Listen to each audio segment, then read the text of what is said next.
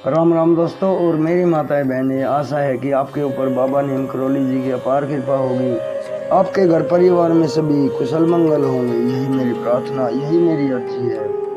मेरे प्रभु श्री राम जी, मेरे बाबा नीम करौली, मेरे हनुमान जी, सभी देवी देवताओं के आशीर्वाद सहित सभी का आह्वान करके मैं आपको आज ये श्रीमद् वाल्मीकि रामायण अरण्य कांड का 65वां सर्ग सुनाता हूँ।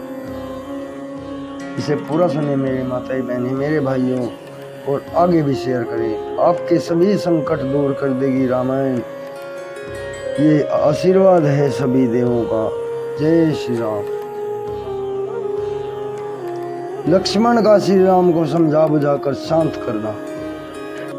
सीता हरण के शोक से पीड़ित हुए श्री राम जब उस समय संतप्त होकर प्रलयकालिक अग्नि के समान समस्त लोकों का संहार करने को उद्यत हो गए और धनुष की डोरी चढ़ाकर बारंबार उसकी ओर देखने लगे तथा लंबी सांस खींचने लगे। साथ ही कल्पांत काल में रुद्रदेव की भांति समस्त लोकों को नष्ट कर देने की इच्छा करने लगे, तब जिन्हें इस रूप में पहले कभी नहीं देखा गया था।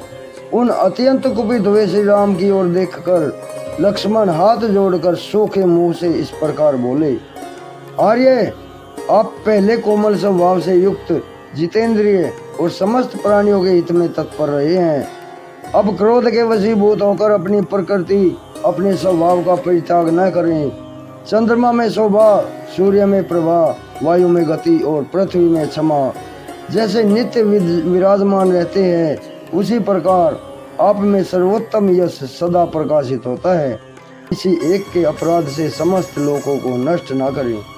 मैं यह जानने की चेष्टा करता हूँ कि यह टूटा हुआ धनुष किसका है और ये टूटा हुआ युद्धोपयोगी रथ किसका है, अथवा किसने किस उद्देश्य से जुए तथा अन्य उपकरणों सहित इस रथ को तोड़ा है, इसका भी पता लगाना है।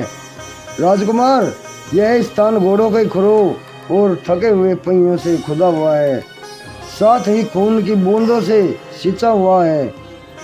इससे सिद्ध होता है कि यहाँ पर बड़ा भयंकर युद्ध हुआ था, परंतु यह संग्राम चिन्ह किसी एक रथी का ही है, दो रथी का नहीं, क्योंकि यहाँ पर एक ही रथ के पहियों के चिन्ह है। वक्ताओं में श्रेष्ठ, मैं यहाँ किसी विशाल सेना का पद चिन्ह नहीं देख रहा, अतः किसी एक ही के अपराध के कारण आपको समस्त लोगों का विनाश नहीं करना चाहिए, क्योंकि राजा लोग अपराध के अनुसार उचित दंड देने वाले, कोमल स्वभाव वाले और शांत होते हैं। आप तो सदा ही समस्त प्राणियों को शरण देने वाले तथा उनकी परम गति हैं। रघुनंदन, आपकी स्त्री का विनाश तथा अपहरण कौन अच्छा समझेगा। जैसे यज्ञ में दीक्षित हुए पुरुष का साधु स्वभाव वाले ऋतिज्व कभी अप्रिय नहीं कर सकते, उसी प्रकार सरिताएं, समुद्र, पर्वत, देवता, गंधर्व और दानव, ये कोई भी आपके प्रतिकूल आचरण नहीं कर सकते। राजन, जिसने सीता का अपहरण किया है उसी का अन्वेषण करना चाहिए। आप मेरे साथ धनुष लेकर बड़े बड़े ऋषियों की सहायता से उसका पता लगावें। हम सब लोग एकाग्रचित होकर समुद्र में खोजेंगे, पर्वतों और वनों में ढूंढेंगे, नाना प्रकार के भयंकर गुफाओं और भांति भांति के सरोवरों को छान डालेंगे तथा देवताओं और गंधर्वों के लोकों में भी तलाश करेंगे। जब तक आपकी पत्नी का अपहरण करने वाले का, उस दुरात्मा का पता नहीं चलेगा, तब तक हम अपना प्रयत्न जारी रखेंगे। कौशल नरेश, यदि हमारे शांतिपूर्ण बर्ताव से देवेश्वर गण आपकी पत्नी का पता नहीं देंगे तो उस अवसर के अनुरूप आप कार्य कीजिएगा। नरेंद्र, यदि अच्छे शील स्वभाव, सामनीति, विनय और न्याय के अनुसार प्रयत्न करने पर भी आपको सीता का पता न मिले, तब आप सुवर्ण में पंख वाले महेंद्र के वज्रतुल्य बाण समूहों से समस्त लोगों का संहार कर डालें। इस प्रकार श्री वाल्मीकि निर्मित आस रामायण आदि काव्य के अरण्य कांड में 65वां सर्ग पूर्ण हुआ। जय श्री राम। हे प्रभु राखो शरण।